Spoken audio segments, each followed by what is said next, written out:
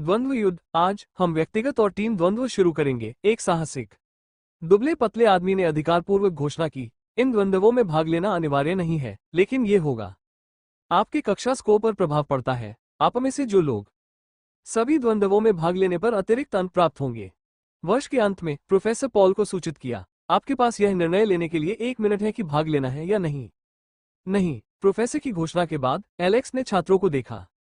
अपनी स्मार्टवॉच पर टाइप करना शुरू कर रहे हैं। एलेक्स को अपनी स्मार्टवॉच से एक संकेत मिला। क्या आप युगल में भाग लेना चाहेंगे? हाँ नहीं। एलेक्स अभी जागा नहीं था। यदि वो भाग लेता द्वंद्व युद्ध में, वो अंततः पिटेगा ही। वो है एलेक्स ने नहीं क्यों चुना और स्क्रीन बंद कर दी। 1 मिनट के अंत में प्रोफेसर बोले, फिर से उसकी आवाज में निराशा के साथ, केवल आधा कक्षा ने युगल में भाग लेने का निर्णय लिया। प्रोफेसर ने आह भरी और पूरी कक्षा को डांटा। कह रहा है, दोस्तों, पाने से अधिक मूल्यवान कुछ भी नहीं है। वास्तविक जीवन की लड़ाई में पर्याप्त अनुभव, भले ही आपका हुनर और तकनीकें शीर्ष स्तर की हैं, यदि आपके पास पर्याप्त नहीं है युद्ध का अनुभव, आप कूड़े के अलावा कुछ नहीं होंगे। अब मैं सिस्टम को आप लोगों को बेतरतीब ढंग से जोड़ दूंगा, प्रोफेसर ने कहा, और फिर एक होलोग्राफिक स्क्रीन दिखाई दी। सबके सामने एलिस कॉलिन बनाम अमेलिया नदी, मैक्स हैरिस बनाम सारा विल्स, मिलो बेनेट बनाम केविन बेली, लिसा हेस बनाम वायलेट ग्रे, डेमियन एशिक्रॉफ्ट बनाम फ्रैंक एशिक्रॉफ्ट। जोड़ियों को देखने के बाद एलेक्स ने सोचा, कैसा BW?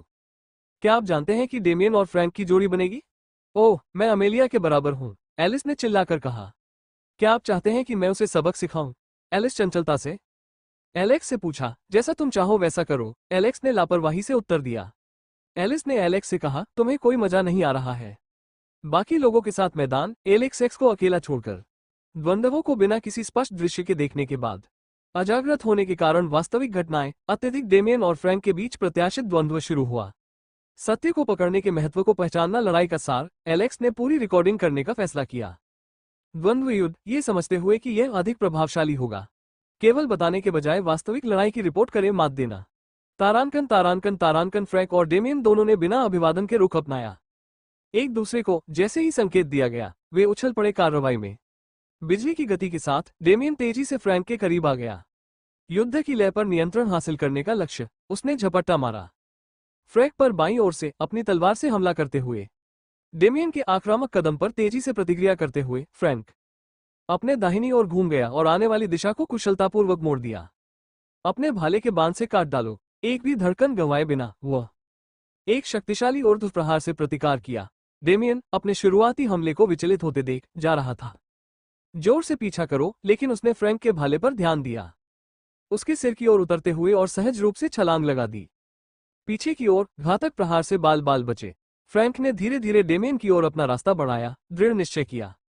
उसके आसन हमले के लिए स्थिति तक पहुंचे। डेमियन ने रणनीतिक रूप से कोशिश करते हुए फ्रैंक के चारों ओर चक्कर लगाया, उसे हमला करने का अवसर ढूंढने से रोके। अचानक तेज गति के साथ फ्रैंक ने तेजी से अपना जोर लगाया, सीधे डेमियन के पैरों को निशाना बनाते हुए नीचे की ओर भाला मारे। जैसे ही भाला उसके पैर के पास आया, डेमियन तेजी से आगे बढ़ा, वापस चतुराई से हमले से बचते हुए और फिसलने का प्रयास करते हुए। फ्रैंक के भाले के पीछे फ्रैंक के उजागर दाहिनी ओर स्वयं को स्थापित करने के बाद डेमियन ने एक शक्तिशाली प्रहार किया। हालांकि अपने आश्चर्य के लिए फ्रैंक ने हमले की आशंका जताई और कुशलतापूर्वक उससे बच निकला, यह महसूस करते हुए कि डेमियन अब दाईं ओर से बंद हो रहा था। फ्रैंक अपनी फुर्तीली गति का उपयोग करते हुए शांत रहे। आने वाले हमले से बचने की तकनीक का लाभ उठाना अपने पिछले आक्रामक पैतरेबाजी से गति। वे दोनों रुके और आंखें बंद करके चुपचाप एक दूसरे का आकार मापने लगे। अन्य ऊपर उन्हें बहुत पहले ही एहसास हो गया था कि ये द्वंद्व है, लंबा होना नियति है। मानो पूर्ण सामंजस्य में दोनों ने अपनी आभा दिखाए और तेज गति और सटीकता के साथ एक दूसरे पर झपट पड़े। डेमियन ने एशिक्रॉफ्ट परिवार की शक्ति को उजागर किया। विरासत को फैंटम स्वॉर्ड आर्ट के नाम से जाना जाता है। यह मंत्रमुग्ध कर देने वाली शैली एक मारक रूप को समेटे हुए है। तलवारबाजी, कुशलता से बाजीगरी और घातक हमलों का मिश्रण। ये अपने विरोधियों को लगभग असहाय बना दिया, क्योंकि वे संघर्ष कर रहे थे उसके लगातार हमलों से बचने या बचने के लिए। दूसरी ओर फ्रैंक ने भाले की कला में महारत हासिल कर ली, अपने मातृवंश से चला गया। अप्रत्याशित भाला कला, इस मनमोहक शैली ने उनके भाले को एक शक्ति प्रदान की।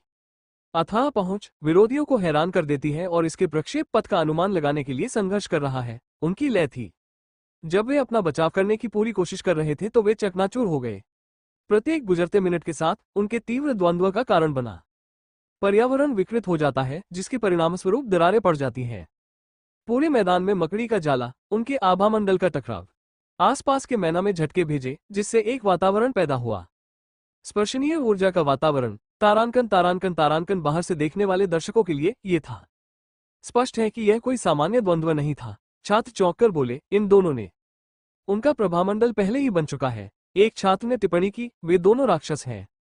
हम अकादमी में केवल अपने प्रथम वर्ष में हैं, और वे हैं पहले से ही हमसे मीलों आगे। एक फैगल्स ने उत्सुकता से पूछा, क्या वे सचमुच जा रहे हैं एक दूसरे को मारने के लिए? प्रोफेसर पॉल चिंतित हो गए। उनकी उत्पत्ति के बारे में पता चला और उनके आपस में हुए विवाद के बारे में सुना है, इसलिए उन्होंने द्वंद्व खत्म करने का फैसला किया। वो मैदान के बीच में और तेजी से प्रकट हुए हथेली पर हमला, दोनों को निष्क्रिय कर दिया। फिर के सामने पूरी कक्षा में उन्होंने उन्हें डांटते हुए कहा, मैंने कहा था कि यह एक है द्वंद्व, जीवन और मृत्यु की लड़ाई नहीं। आप दोनों को -10 अंक मिलेंगे। प्रोफेसर पॉल उन्हें बर्खास्त करते हुए कहा। द्वंद्व युद्ध रिकॉर्ड करने के बाद एलेक्स ने सोचा कि उसका काम खत्म हो गया है। उसने अपने छात्रावास में वापस जाने और यह जांचने का निर्णय लिया कि क्या वो उसका है ऑर्डर आ गया था। बाहर जाते समय एलेक्स ने नील और अन्य लोगों को अलविदा कहा। वीआर में घूमने के उनके प्रस्ताव को अस्वीकार कर दिया। फिर वो चला गया।